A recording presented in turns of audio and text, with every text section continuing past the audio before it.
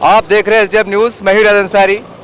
जैसा कि सबको पता है कि महाराष्ट्र सरकार ने लॉकडाउन को घोषित किया है और इस प्रकार से घोषित किया है कि ऐसा लगता है कि सब कुछ चालू है लेकिन फिर पूरी तरह से बंद है। रिक्शे चालू है लेकिन 2 सीट के ऊपर चल रहे हैं। यही बात जानने के लिए कि लॉकडाउन लगने के बाद इनके व्यवसाय पे कितना असर पड़ा, इनके जीवन पे कितना असर पड़ा और ये आज किस संकट में। चलिए इनकी तकलीफ इनकी ज़बानी सुनते हैं। सर, आपका पूरा नाम बताइए आप, और ये लॉकडाउन की वजह से आपके पर धंधे पे कितना असर पड़ा और प्रशासन से आपकी मांग क्या है? मेरा नाम है इरफान अहमद हिलाबी और मैं प्रशासन से ये मांग करता हूँ कि मार्केट में जो शहर में औरंगाबाद शहर में जो अचानक रात को डिक्लेयर कर दिया गया है कि कल से लॉकडाउन फुल लगा दिया गया है, सिर्फ रिक्शा चालू है और तुमको मेडिकल और कुछ तरकारी की गाड़ियाँ आई है वो चालू है, इससे कोई फ़र्क नहीं पड़ने वाला है।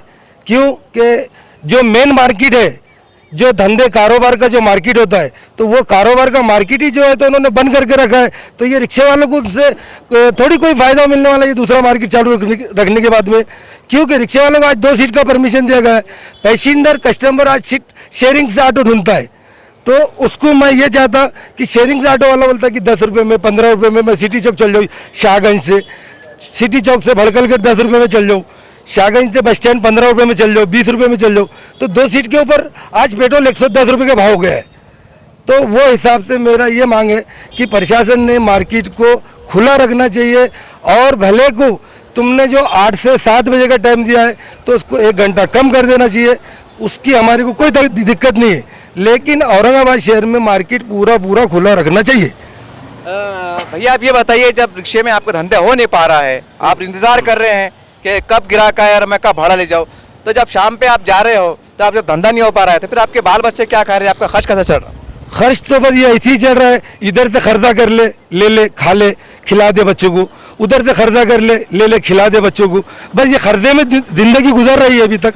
आज 1 साल पूरा कंटिन्यू हो चुका है, 1 साल कुछ दिन हो गए, लेकिन अभी तक रिक्शे वालों की जो सोचता है वही उसी में गुजर रही है, बस खर्चे के अंदर डूब रहे बस।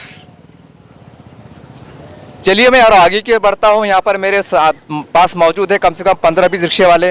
इन्हीं के दर्द को हम समझना चाहेंगे, इनकी तकलीफ को हम समझना चाहेंगे और हम समझते हैं कि ये जब आवाज़ प्रशासन सुन रहा होगा तो ज़रूर उनके बारे में एक सहानुभूति के साथ कुछ ना कुछ वो निर्णय ज़रूर करूँगा। चलिए मैं आगे की ओर बढ़ता हूँ।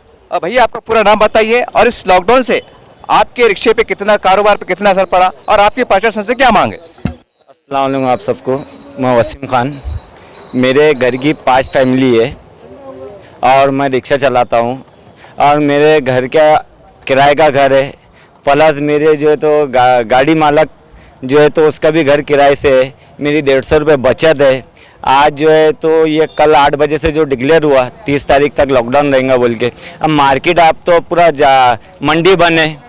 तरकारी जो है तो हाथ गाड़ी वालों को परमिशन दिया आपने थोड़ा सा, हाँ उसमें महंगाई भी बढ़ा दिया आपने दुकान वालों के, हाँ पूरे मार्केट बंद है। हम रिक्शा वालों ने 40 रुपये का धंधा किया। मैंने सारी सुबह से आया हुआ हूँ 7 बजे से, मैं अभी आप टाइम देख सकते हैं 40 रुपये का धंधा करा मैंने। यहाँ से भड़कल गेट लेके गया बस मैं 2 सीट 20-20 रुपये से, तो 40 रुपये मिले। कुछ मेरे भाइयों ने तो वो भी सारी सुबह से धंधा नहीं करे, तो हमने कहाँ से करना? हमारे को कोई जो है तो 1 रुपये देने वाला नहीं है, नहीं तो हम ऐसा करना पड़ेगा कि हमारी फैमिली को हाथ में कटोरा लेके भीख मांगने पे मजबूर होना पड़ेगा, क्योंकि घर मालिक किराए को भी तंग कर रहा है। किराया कहाँ से देंगे हम? वो भी जो है तो मजबूर है ना, उसको भी जो है तो टैक्स लगाए हुए आपने, तो टैक्स तो माफ़ करने वाले नहीं है आप।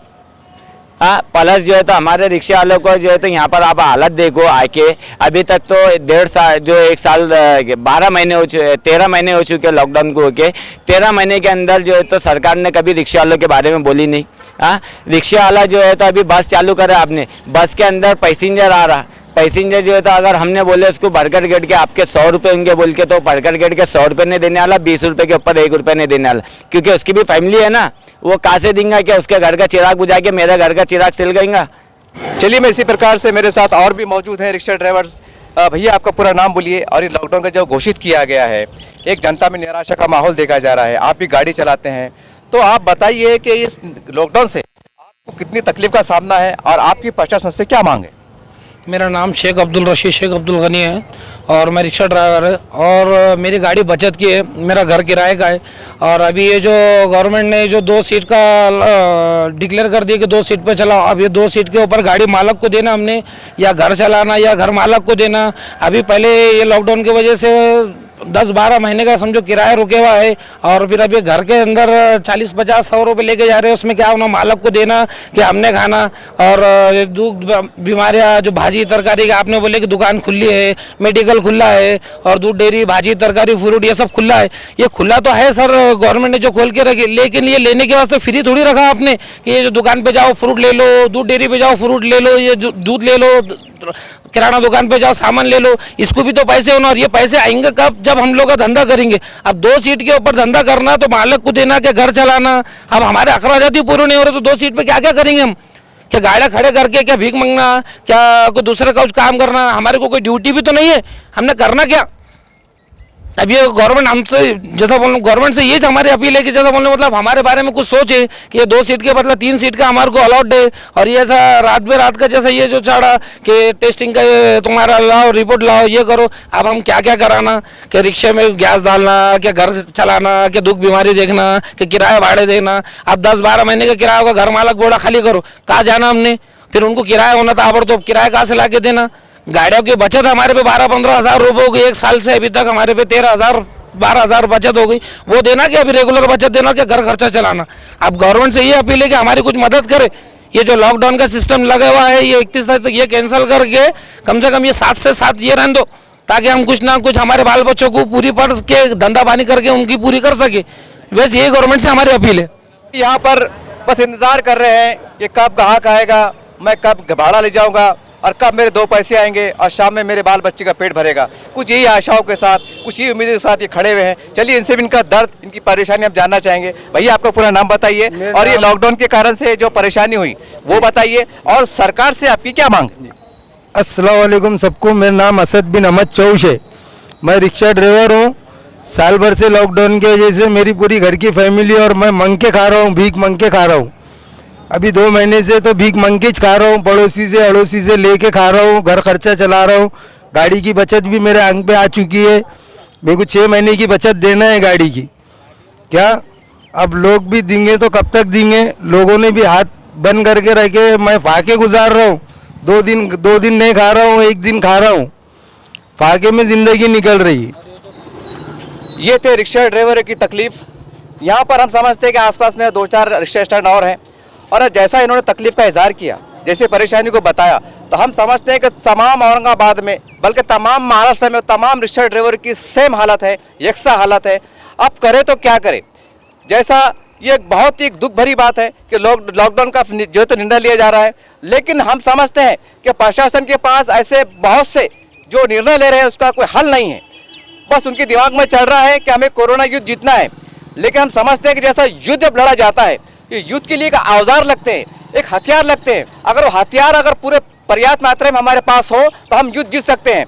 लेकिन हम जब देखते हैं कि हम जिनके लिए युद्ध लड़ा जा रहा है उनके पेट में रोटी नहीं है और वो भूख के मारे खुद मर रहे हैं, तो समझ में नहीं आ रहा है किस तरह का युद्ध है और हम किससे जीत रहे हैं और इस जीत में कौन हार रहा है और कौन मर रहा है। इसके ऊपर भी बहुत ही गंभीरता के साथ विचार करने की आवश्यकता है।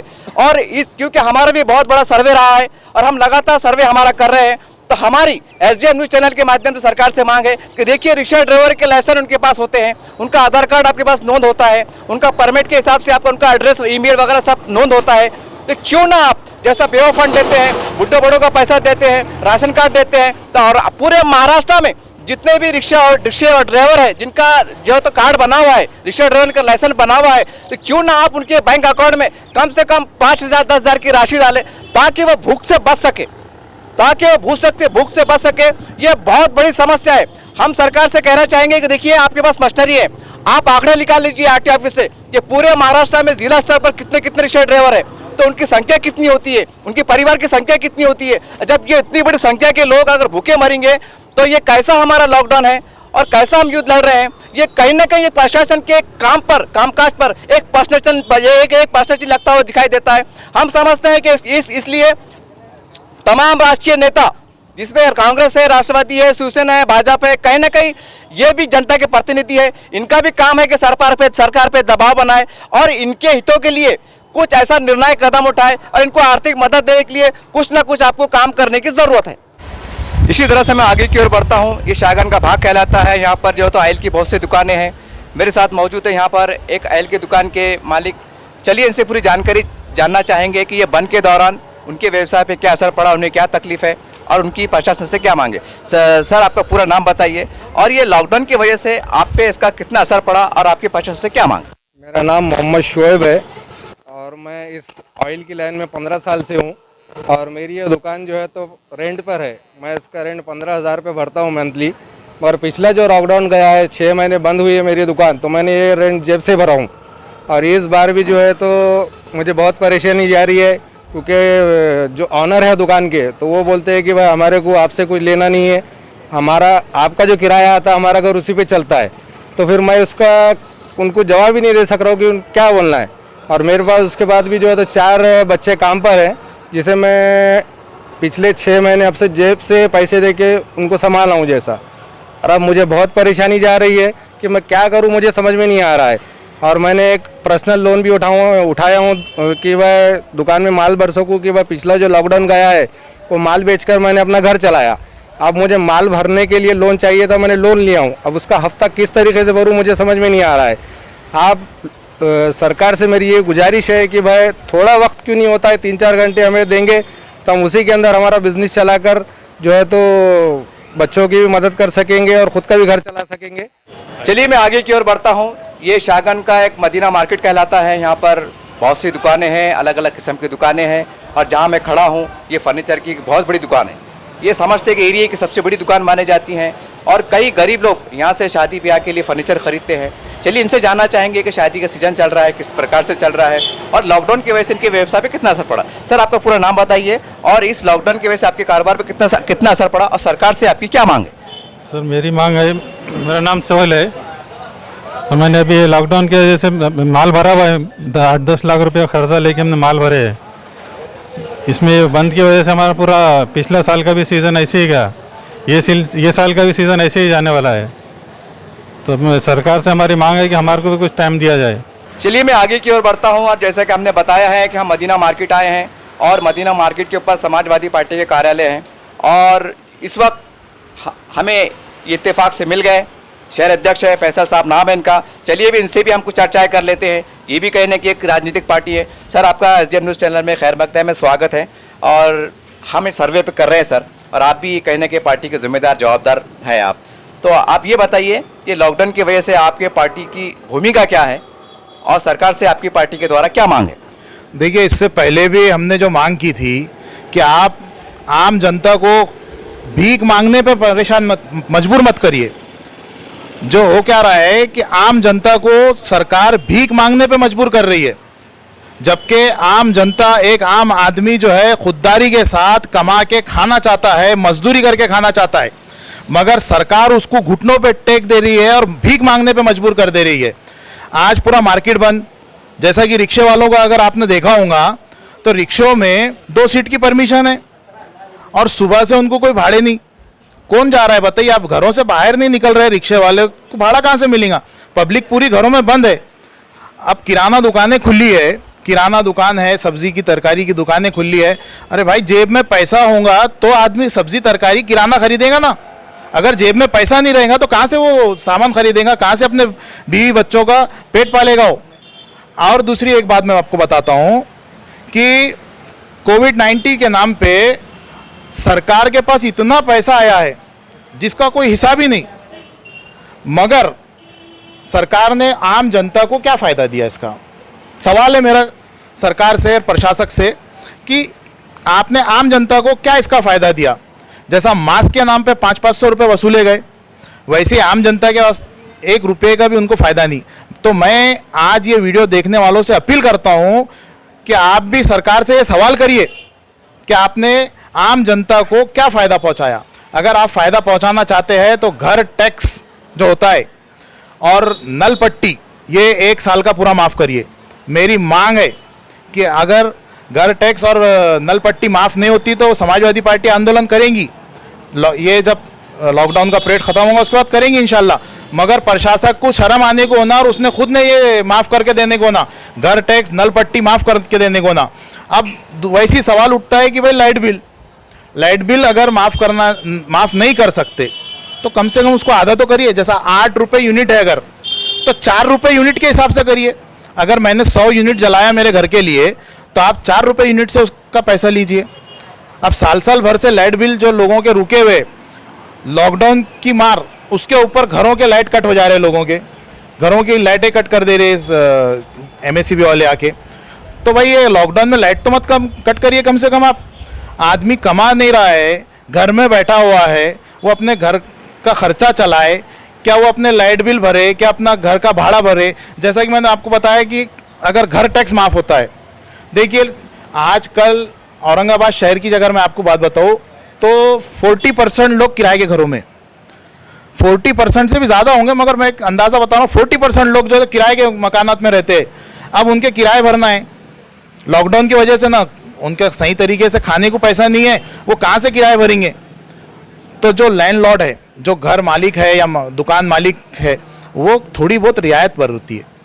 माफ़ करने का नहीं बोल रहा हूँ मैं, मगर रियायत बरती है उसमें कि घर का किराया है, आप 2 किस्तों में करके ले लीजिए अगले महीने से, या उसको थोड़ा थोड़ा करके ले लीजिए जैसी उसकी सहूलत होती है, ताकि एक उसकी खुददारी भी बरकरार रहे, वो किसी के सामने हाथ ना फैला सके किराएदार जो है।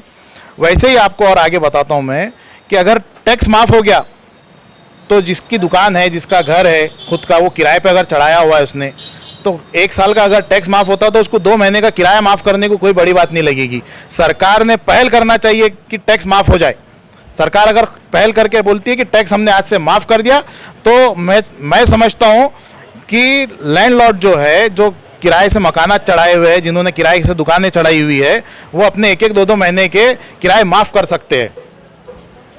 अच्छा फैसल साहब, हमने देखा है कि ये जब लॉकडाउन लग रहा था तो हमारे औरंगाबाद शहर के MIM के खासदार इम्तियाज़ जलील साहब ने इसका बहुत कड़ा विरोध किया था, आंदोलन की चेतावनी भी दी थी। बहरहाल वो पूरा घटनाक्रम था जो भी था, उसके बाद वो लॉकडाउन को वापस लिया गया था।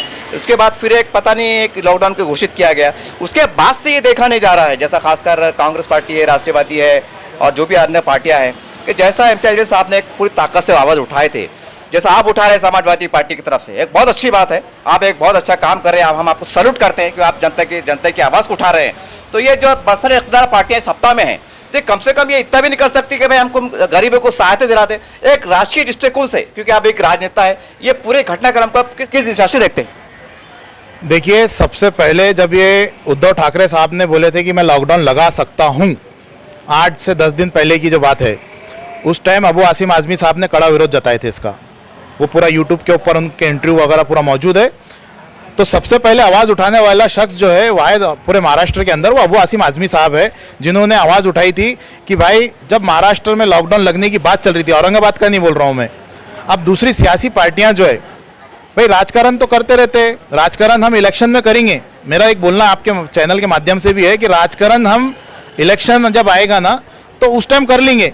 अब समाज सेवा करने का टाइम है और हम इंशाल्लाह समाज सेवा करने के लिए उतरे हुए।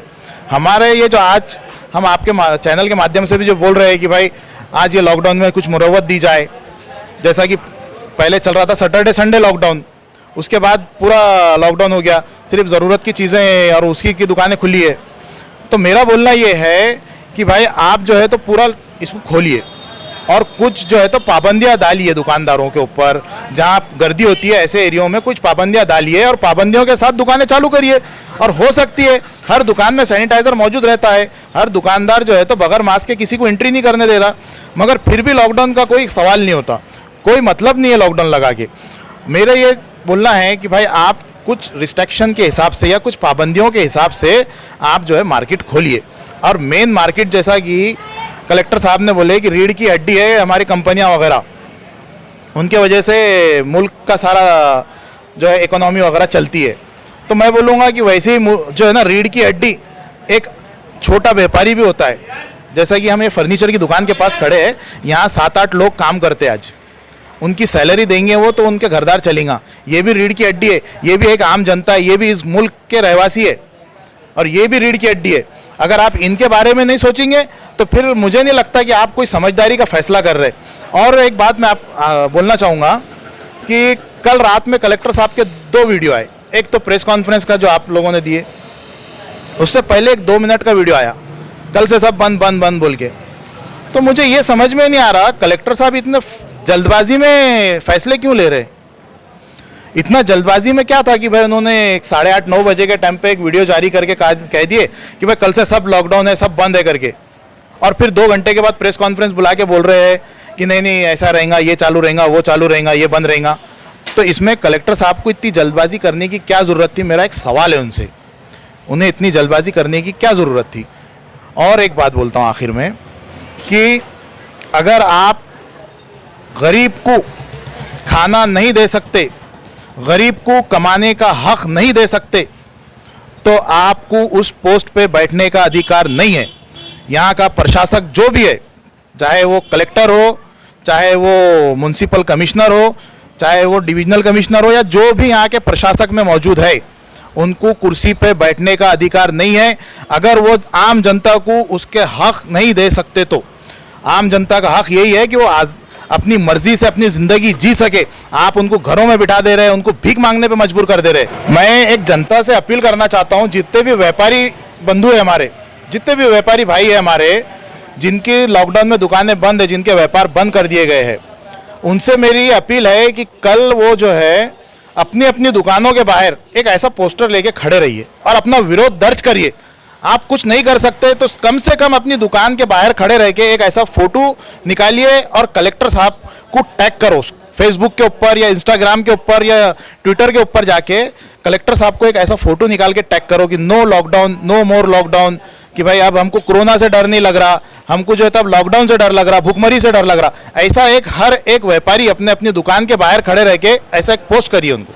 ये थे समाजवादी पार्टी के शहर सदर फैसल खान, और जैसा इनके कार्यकर्ता भी है, जो इनसे हमने बातचीत की, इनका कहना था कि हम शहर में घूम रहे हैं और ऐसे लोगों की तलाश कर रहे हैं, उनकी समस्या को जान रहे हैं, ताकि वो भी आने वाले चंद दिनों में कलेक्टर साहब से नुमाइंदगी कर सके और इनकी समस्या का निवारण हो सके। और जैसा इन्होंने हमसे बातचीत की और इन्होंने हमें बातों बातों में बताया कि देखिए ठीक है, आप लॉकडाउन लगा रहे हैं, आपका लक्ष्य ये है कि जनता की जान बचे, जान है तो जहान है, ये बात भी सही है। लेकिन जैसा इन्होंने कहा है, हम समझते हैं कि कांग्रेस पार्टी, राष्ट्रवादी पार्टी, शिवसेना, इनको चाहिए कि वो जैसा एक जान बचाने का प्रयास कर रहे हैं तो थोड़ा आगे बढ़कर, थोड़ा लाइन ऑर्डर से हटकर थोड़ा एक ऐसे कदम जरूर उठाइए आप कि गरीब जनता भूखी नहीं मर सके।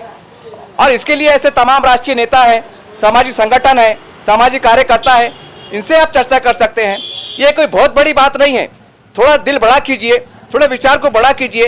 अगर हम कब तक ये कोरोना के रट लगाते रहेंगे और ये चक्कर में हजारों जनता मरती रहेंगी, क्या हो सकता है कि आने वाले समय में सैकड़ों की संख्या में लोग भूखे मर सकते हैं। इस बात से इनकार नहीं किया जा सकता। इसलिए सरकार को और यहाँ के कलेक्टर साहब को चाहिए कि वो इस बारे में बहुत ही गंभीरता के साथ, सहानुभूति के साथ इस पर विचार करें। चलिए मैं आगे की ओर बढ़ता हूँ। ये शाहगंज का एक मदीना मार्केट कहलाता है। यहाँ पर बहुत सी दुकानें हैं, अलग अलग किस्म की दुकानें हैं, और जहाँ मैं खड़ा हूँ ये फर्नीचर की बहुत बड़ी दुकान है। ये समझते कि एरिया की सबसे बड़ी दुकान मानी जाती हैं, और कई गरीब लोग यहाँ से शादी ब्याह के लिए फर्नीचर खरीदते हैं। चलिए इनसे जानना चाहेंगे कि शादी का सीजन चल रहा है, किस प्रकार से चल रहा है, और लॉकडाउन की वजह से इनके व्यवसाय पे कितना असर पड़ा। सर, आपका पूरा नाम बताइए, और इस लॉकडाउन की वजह से आपके कारोबार पे कितना असर पड़ा, और सरकार से आपकी क्या मांग है? सर, मेरी मांग है, मेरा नाम सोहेल है, और मैंने अभी लॉकडाउन की वजह से माल भरा हुआ है, 8-10 लाख रुपये खर्चा लेके हमने माल भरे है। इसमें बंद की वजह से हमारा पूरा पिछला साल का भी सीज़न ऐसे ही गया, ये साल का भी सीज़न ऐसे ही जाने वाला है। तो सरकार से हमारी मांग है कि हमारे को भी कुछ टाइम दिया जाए। चलिए मैं आगे की ओर बढ़ता हूँ। ये देखिए, ये मदीना मार्केट है, और जहाँ मैं खड़ा हूँ ये एक ऑयल की दुकान है, और जो ऑयल की दुकान चलाते हैं वो मेरे साथ मौजूद हैं। भैया, आपका पूरा नाम बोलिए, और ये लॉकडाउन की वजह से आपका पूरा कारोबार बंद है, तो ये बंद की वजह से आपके कारोबार पे कितना असर पड़ा, और आपकी सरकार से क्या मांग? मेरा नाम मोहम्मद फैयाज मोहम्मद ताहिर है, और मैं जो है तो ये कारोबार चलाता हूँ। मेरे पास 2-4 बच्चे जो काम करते हैं, और उनकी रोजी रोटी का मसला आ गया है। हमारी सरकार तो हमारे कुछ दे नहीं सकती, लेकिन किराया भाड़ा में आदमी इंसान बहुत परेशान हो जा रहा है, और ज़रूरत से ज़्यादा परेशान हो रहा है। अगर वो कभी अगर दुकान बंद रहने के बाद में उसको मजदूरी नहीं देंगे तो वो तेल, शक्कर, मट्टी जो भी लेना है उसको, तो वो कहाँ से लेंगे और पैसे कहाँ से लाएंगे? हमारी गवर्नमेंट तो फ्री थी, किसी को दे नहीं सकती। दुकानें खोले, कारोबार, दूसरे कारोबार चल रहे हैं, जो मशीनरी की दुकानें चल रहे, तो क्या मशीनरी वाला भी है तो क्या वो वही काम करेंगे, वो फ्री में देंगे या किराए पे देंगे, काय पे देंगे? और जो भी देंगे तो वो लेंगे, पहले पैसा दो भाई, पैसा है ही नहीं उसके बाद तो देंगे क्या? पब्लिक को ये समझने को होना है, लॉकडाउन लगाए तो लॉकडाउन वो तरीके से लगाओ कि सामने वाले का इंतजाम पहले करा जाए। और हमारी गवर्नमेंट चाहती है कि सिर्फ भूखे रहना और घर में बैठे रहना। फल फ्रूट वाले चालू है तो क्या वो फल फ्रूट के यहाँ से पैसे नहीं कहाँ से लाएंगे? उसको पैसा नहीं लगेगा। फ्रूट वाला भी तो किसी से लेंगे तो पैसे दे के लेंगे, और वैसा भी है तो हर इंसान को है तो जरूरत पैसे की है, और पब्लिक के पास पैसा नहीं है, पब्लिक के पास पैसा नहीं है, वो करेंगे क्या? अब भीख मांगने वाले जो रोड पे चलते हैं, अब उनको दुकानें बंद दिख रहे तो वो भीख भी नहीं मांग सकते, वो लाएंगे कहाँ से? और तुम और मैं है, तुमको भी पेट है मेरे को भी है, तो क्या गवर्नमेंट को पेट नहीं है क्या? वो कैसा खा रही है? उन्होंने गरीब का ख्याल करते हुए ये लॉकडाउन हटा देना चाहिए, और कम से कम सुबह 7 बजे से शाम में 7 बजे तक का तो भी लॉकडाउन मतलब पब्लिक के लिए सुविधा रखना चाहिए, तो हर इंसान का पेट भरेगा। न तो रिक्शा वाले परेशान, दुकानदार परेशान, काम करने वाले परेशान, कौन परेशान नहीं है इस वक्त? ये बताओ, साल भर से दुख झेले, सामने वालों ने जिसका पास था उन्होंने सबको खिला पिला के मोकले हो गए, अब कहाँ से लाएंगे वो खिलाने पिलाने के लिए? ये गवर्नमेंट का काम है, ये पहले करना चाहिए उन्होंने। ये थे ऑयल की दुकान के मालिक, और हम समझते हैं कि हमने 2 या 3 ऑयल की दुकान का सर्वे किया है। अब सरकार को खुद समझ लेना चाहिए कि पूरे महाराष्ट्र में ऐसे कितनी ऑयल की दुकानें होंगी जो आज पूरी बंद है। जब एक ऑयल की दुकान में 5 आदमी काम करते हैं तो सरकार को खुद इसका जो है तो जांच करना चाहिए कि कितने सैकड़ों की संख्या में बेरोजगार लोग हो चुके हैं और उनके परिवार पे आज कितना बुरा असर पड़ रहा है। ये एक बहुत बड़ी बात है कि आज सरकार जो है तो इतना प्रयास कर रही है, लेकिन कहीं ना कहीं ये हजारों की संख्या में, लाखों की संख्या में ये ऐसे जो लोग जो बेरोजगार हो चुके हैं, भूखे मर रहे हैं, तो उनके लिए आपके पास क्या है?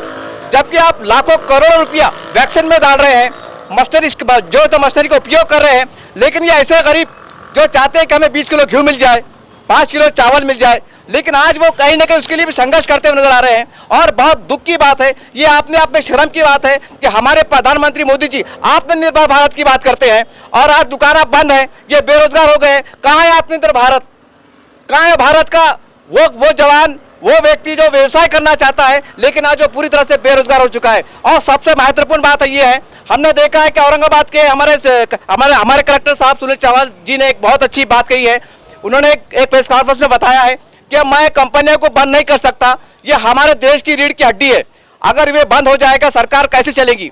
बहुत आश्चर्य होता है ये सुनकर कि एक जिला कलेक्टर साहब ये कहते हैं कि अगर मैं कंपनी बंद कर दूंगा तो रीढ़ की हड्डी जहां से हमें पर्याप्त मात्रा में पैसा आता है वो रुक जाएगा। लेकिन साहब, ये लाखों की संख्या में जनता है जो सरकारें बनाती है, ये राजा है, सरकारें बनाती हैं। अगर ये भूख से मर जाए, अगर ये रीढ़ की हड्डी नहीं है बल्कि ये पूरा मानव है, ये पूरा जिस्म है, अगर ये सड़ जाए, ये गल जाए, ये मर जाए, तो बताइए फिर वो आपकी कंपनियां चल रही है? तो कहीं ना कहीं संदेश जा रहा है कि सरकार सरमाएदारों की जो है तो तरफदारी कर रही है और गरीबों की अनदेखी कर रही है, और जनता ने इसकी कड़ी निंदा की है।